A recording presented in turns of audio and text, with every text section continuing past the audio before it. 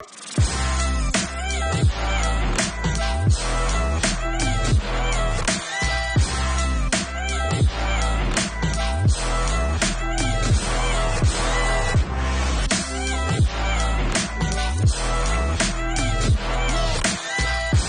football fans, Brian Sweeney, voice of the Women's Football Alliance Division I National Championship game.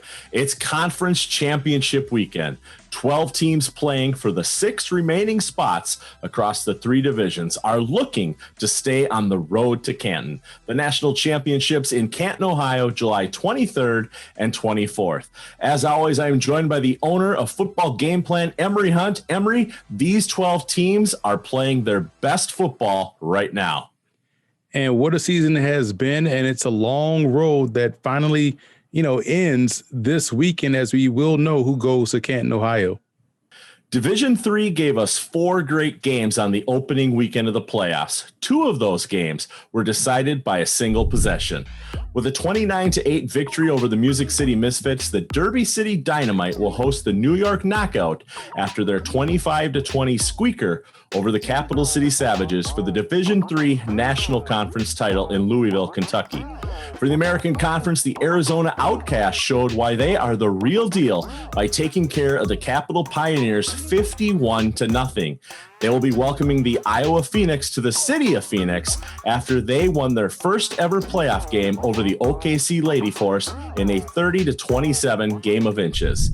Emory, Derby City is the only team in Division III that was also in the playoffs during the last season of play. They lost in the first round to the eventual national runner-up Orlando Anarchy. Is this an important advantage for them? It could be, and this is one of these situations where if you look at the remaining field of teams in the playoffs where you see teams that have been around, whether it's been the WFA or other leagues, so experience matters, and I think that matters for them. And how about the New York Knockout? We talked about them a couple of shows ago that this was a team to watch, and look at them, 1 game away from Canton, Ohio. After finishing 2-6 in their inaugural season, the Iowa Phoenix are playing in the Division III American Conference Championship this season. Recently, I talked with a few of the players and their defensive coordinator about getting ready to play in their biggest game yet. So I'm here with Lacey Kenyon, Jen Ward, Essence Bell, and Coach Jennifer Hirakawa of the Iowa Phoenix, who are looking at playing in their first American Conference Championship football game on July 10th in Phoenix, of all places, Arizona. Thank you all for joining me today. Yeah. Yes, thank you. So this is quite exciting. I mean, this is your sophomore season, as you would call it, if we don't count the season that was canceled last year because of COVID. And you went from a 2-6 record in your inaugural year of 2019 to 5-2, where we are currently sitting and playing for the conference championship. How does that feel, knowing that so much change has happened in such a short period of time? Oh, it feels awesome. Yeah, it's amazing. Describe it. So, Coach, here you are in 2021 with this great team of women that is playing for a conference championship. What's special about this team that got them here in your mind? Their heart. Oh, it's all heart. We've got 22 players on our team, and they leave it on the field every single time. When we practice, they practice with heart. They come in, they want to do better. They want to better themselves. They want to work as a team. And what is really absolutely wonderful is we have no drama on the team. It is a team of football players that want to do one thing, is play together and win together as a team. And that's important. I mean, Essence, as a running back, I know that you've had great success on the field. Is there anything you did this past offseason to up your game and to make you that much stronger and faster for the 2021 season? Well, if I'm being honest, this is my first ever season playing football. So really? Yes. So one would not know watching you. I've watched you play twice this season, and you would never know that this is your rookie season. Yes, it is. So I think for me, I mean, I've always been an athlete, so I wanted to play football for a long time. And when I decided to try out for the Phoenix, knowing I didn't even know there was women's football, so I kind of just upped my workouts more than they already kind of were, just to prepare more for the season after tryout. And so, yeah, and then running back is not my primary position. I'd be middle linebacker. So knowing that I might play on both sides of the ball, depending on the game, I just have to make sure that, cardio is up and obviously strength training. So you like to hit and then you occasionally get hit is what you're saying. Yeah, something like that. Do you have a preference between the two? I have rugby experience, so I guess I do enjoy both regardless. So not really. I think I have enjoyed playing middle linebacker just because I've learned a lot more. And I'm a learner, so I enjoy when Kawa can teach me some things, Coach Kawa. And Jen, I mean, you've been with the Phoenix from the start, correct? Correct. And I mean, what brought you to decide, okay, I'm, in the heartland of America here, and I'm going to pick up the football and start playing this game?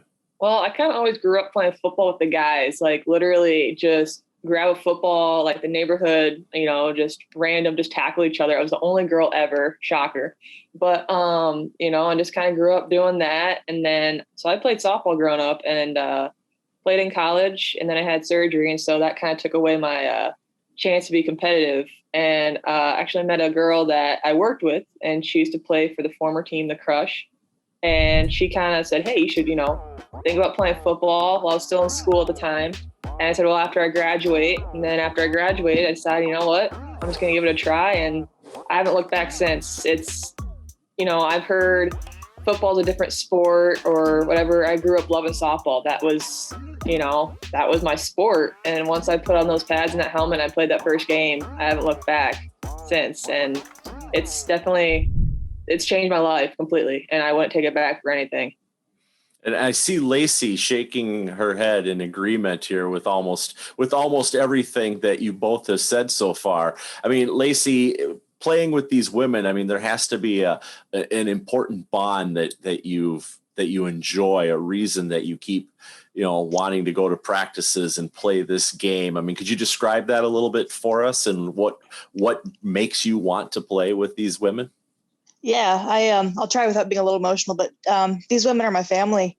I mean, so I actually joined after having a baby, and that's when I met a lot of these women. And, just their heart and the loyalty that they have for each other, we all have for each other. I mean, it even is outside of the field as well. We're always with each other, trying to better each other, talk to each other, trying to hang out. So that's definitely, one thing is these women, I would always take the field for, anything I can to keep the line from getting them hit. So you enjoy protecting your teammates. For sure. And I mean, I've talked to a number of players this season, and that seems to be one of the things that I've heard over and over again is how these teams are family and how much your time off the field with each other means to you.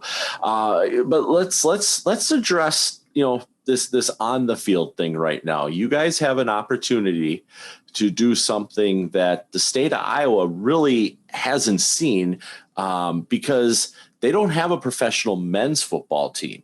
So, I mean, whether you're a Hawkeye or an Iowa State Cyclones fan, I mean, that's pushed by the wayside. Here we have a bunch of women that are on the field that have an opportunity to go down and play the Arizona Outcast and bring home a conference championship to the state in the hopes to getting to the national championship behind me there in Canton, Ohio. How does that feel? Oh, yeah.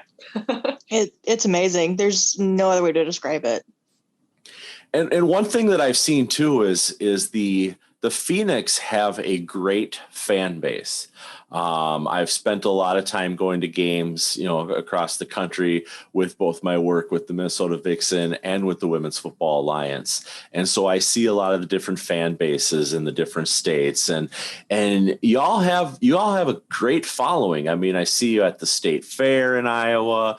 I see you doing fundraisers, all those things. Does the community embrace you as a team? Do they look forward to seeing you out in the community and doing things? Yeah, I would say so. Definitely there's younger girls, like one of my really good friends, her daughter comes to games and she says she looks up to us because she's a huge athlete. So hearing that and hearing like the younger, generations say they look up to us is a huge, huge thing. It's, it's got no words. It's just amazing to hear that. How about you, Essence? I mean, when you go out, are you recognized in public? Does anybody know you from playing for the Phoenix? I wouldn't so much say that, but I will say that I've gotten a larger and larger fan base each game, just even at the stadium, because coming in, no one really knowing who I am, and then starting to hear, 11 or Bell or Essence and people this last game wanting autographs and things, that was crazy to me. So I have the same thing with, as Jen said, just little kids coming up to you and some being scared, some being excited. It's surreal to me. Yeah, I mean, it's really neat when you, like you said, when you see those young, that next generation coming up to you, wanting your autograph, wanting to get to know you, maybe take a picture with you. And Coach, you mentioned that you played football in Germany. Yes. How would you compare the Women's Football Alliance to the league that you played in over there? Well, women's football in the United States hadn't even started when I started playing in Germany. It was a much different mindset because all men's club sports also have a female club sport. We did camps, 2-week camps. We did 3-a-days during those camps. We had practice 4 days a week. It was a whole different mindset. But we also went undefeated for 4 seasons and won the German national championship 3 seasons. So that was also fun. So, Lacey, are you ready for 4-a-days? I mean, as long as I can bring the kids.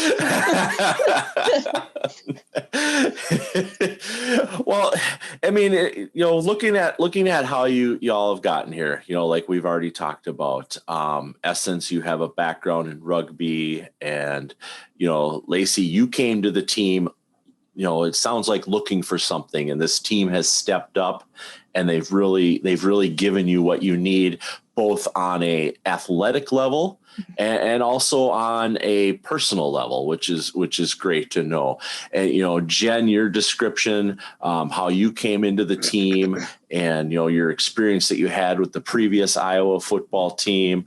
I mean, everything kind of boils down to that core value of being part of the team and being with your sisters out on that field.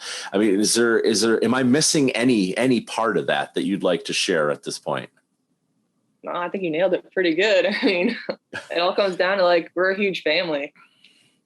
So knowing that right now at 5-2, you have to travel to Arizona and play what's probably the most important game in the history of the Iowa Phoenix, do you think you have what it takes, both inside you and athletically, to get to Canton, Ohio? Oh yeah. Yeah, without a doubt. If it's been any of the teams, it's this one right here.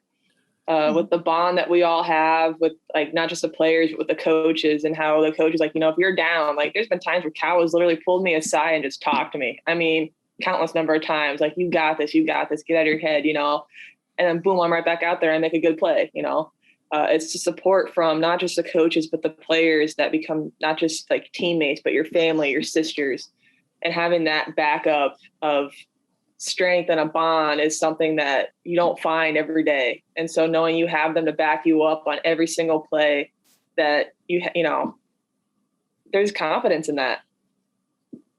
Well, and, like you said, the confidence comes from the leadership. And, with Coach Hirakawa being that leader, I see no reason that y'all won't be at Tom Benson Field at the Hall of Fame Village in Canton, Ohio next month. So thank you very much for your time. I look forward to personally congratulating you all on the field behind me in just a few weeks. Oh, yeah. Thank you very much. Thank you. Thank you. Thank you. In Division II, we saw last season's Division III national champion, the Nevada Storm, take care of business by defeating the Mile High Blaze 34-20. Now 7-0 in their first season of Division II play, the Storm will host the 6-1 Houston Energy in the American Conference Championship. The 5-2 Jacksonville Dixie Blues beat the Miami Fury in an 8-0 nail-biter to advance to the National Conference Championship at the Detroit Dark Angels, who at 4-3 beat the Baltimore Nighthawks 12-0. Emory, this division is really anyone's for the taking. It really is. And again, I've been talking a lot about the Houston Energy, but that game against Nevada is the must-see TV for me game of the week because of how good both teams are, and the Energy have a great opportunity there to move on to Canton, Ohio. And you think about the Storm and what they've done so far this year, moving up a level. What a chance to make history and to really stake their claim and perhaps springboard them into Division I next year. Each week this season, the WFA will be highlighting a player of the week.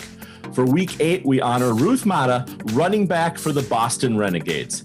In Boston's 41-3 victory over the Detroit Dark Angels, Mata carried the ball 9 times and averaged 11.6 yards per carry, including 3 carries for touchdowns. Mata and the Renegades look to make it 3 straight trips to the national championship when they host the Tampa Bay Inferno in the National Conference Championships this weekend. There were only 2 games in Division I played in the first round of the playoffs. Tampa Bay Inferno traveled to play the DC Divas and walked away with a 35-6 victory. Tampa, now 7-0, will travel to Boston and play the reigning back-to-back champion 5-0 Boston Renegades for the National Conference Championship. The 7-1 Cali War, having not played in almost a month, will be traveling to play the 7-0 Minnesota Vixen for the American Conference Championship after Minnesota won their 3rd straight game against teams from the state of Texas by beating Arlington 24-14. Emory, with all this time off, will it help Cali or hurt them? And does Tampa have what it takes to beat Boston? To answer your second question first, you worry about the travel going from Tampa up north because of the potential tropical storm that's barreling down on the western side of the state of Florida. And you hope they're able to get out there, or they may have to take an earlier flight.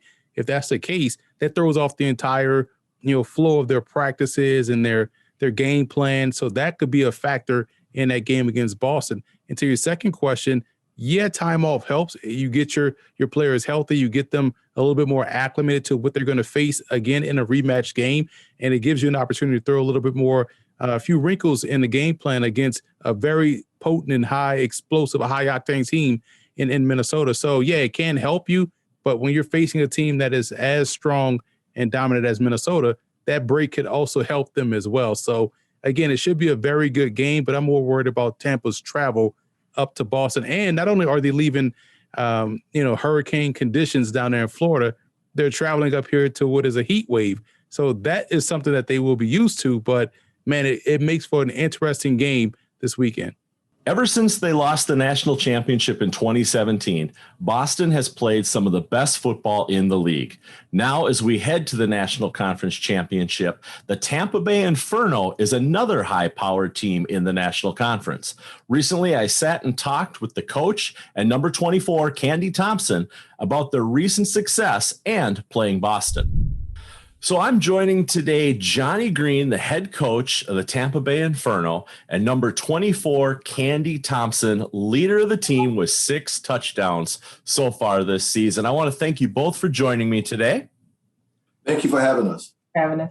So you have had a great year so far. Last year, when you were a Division II team, or last season, which was 2019 because of the COVID canceled year, you went 5-3 and didn't make the playoffs. Now here we are in 2021. You've made that jump to a Division I team, and you're a perfect 7-0, and you're going to be playing for the National Conference Championship in Boston on July 10th. What can you tell me? How did you turn not making the playoffs into becoming a Division I powerhouse? Let you play it, Coach. Well, I think for me, it just started with just the commitment, just understanding about what we want to do from start to finish. What happens in the past is in the past. So what we want to do is just start off new and have a goal. The goal is one game at a time. Before we get to one game at a time, just one practice at a time. Just work on our body and our mind, knowing that the end and keeping the end in mind. End in mind is for us is the national championship.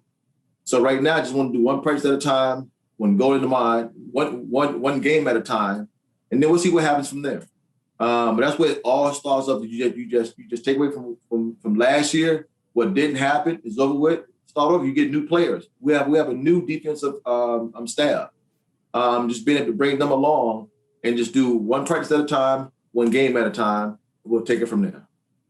Candy, I mean, you were a player back in 2019 on the Division II team. From a playing standpoint, I mean, do you feel that you're playing harder, or do you feel that maybe your teammates are contributing that much more and allowing you this extra success? I think that one thing Coach always tells us is to buy in. And I think that, when you have different groups and different individuals year after year, buying in means something different to everybody. So, we have to have a 100% buy-in. It can't be a 90% or 80% of the team that are all on the same page. And I feel like, we have that right now. So when everybody's buying in and everybody's all on the same page as to what we're trying to accomplish, and, nobody is out here just to be selfish in the game or anything, and we're, playing as a team and being that Inferno family that we know we can be, it all just kind of, plays out for itself, and it shows the success that we're having by everybody just, really believing in what we're trying to accomplish here. And then to be, on this stage and D1, or, being told that maybe we're going D1 too soon, or, anything like that, we didn't let that stop us. We didn't let it, get into our heads at all. And we just felt like, now is as good time as any to go and prove that, when we talk about the Tampa Bay Inferno, we're here and we're here to stay and we're ready to go. So, yeah, obviously, obviously the end result is this field behind me. This is where you want to be, Canton, Ohio, July 23rd and 24th, playing for that national championship. You have one team right now in front of you and playing on this field, and that would be the Boston Renegades, who have won the national championship the last 2 times in a row, back in 2018 and 2019. Do you have what it takes to be the representative for the national conference at this game, do you feel? 100%. 100%. What's it going to take to beat Boston, Coach? Do you have some tricks up your sleeve? I don't want you to give too many details because they'll be watching this episode and we don't want them to know your game plan. But, I mean, do you have something, worked up, maybe a special play, something extra? I mean, obviously a lot of game film has been watched at this point. What's it going to take to beat Boston, to be that team that can, give them that loss? Obviously you give Boston a lot of credit. They've held on to that number 1 spot from the get-go. So what we want to do is just do what we do. Just come in and play football, and we'll see what happens on that part of it. But our goal is to win. So what we're going to do is just play Inferno football. This late in the season, you don't want to change a whole lot of stuff that has gotten you here. So you stay with what you do. You tweak some of the things because of the defense or the offense or special teams. But you continue to do what you've been doing all this time, because this is what got you to this point. When you start messing with everything, then you lose focus of the bigger picture. Because now what took you the whole training camp to put things in, now you only have a week or 2 to change some things. So we just want to just do what we do and just play some good football. That makes perfect sense. So speaking of football, Candy, how many seasons have you been playing then?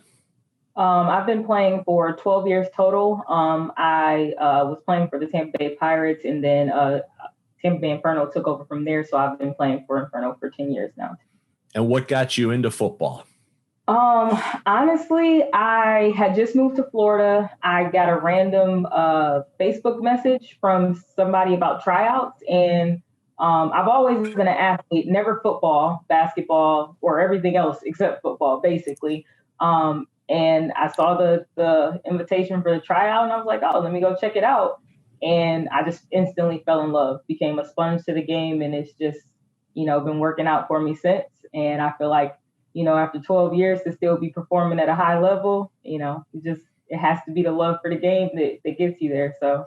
Yeah, I mean, whatever the sport is, basketball, football, hockey, soccer, to be playing more than a decade like yourself does take a lot of love for the game and a lot of commitment to stay in shape, both mentally and physically. Coach, How about yourself? I mean, have you coached prior to the Inferno? What led you to the path of coaching women's professional football? It was a good friend of mine who led me to coach women's football. We went to a couple of practice, watching practice and so forth. And then the next season, we had opportunity to come aboard and coach. I've coached high school football in Hillsborough County for about 20 plus years. And I thought I was done. But I tell people all the time, when you meet Jen Moody, the team owner, she has that will, to make things better for Inferno in the league that you couldn't tell her no. And so I've been trying to tell her no for the last 5 years, but you keep on returning because of the passion that you have for women's football. And just from top to bottom, it doesn't matter what division. But one thing about these ladies across this league is they love the game. They love the game of football. And all they want to do is just coach them up. And I tell my coaches all the time, don't be afraid of these women ask you questions, okay? Because they know the game.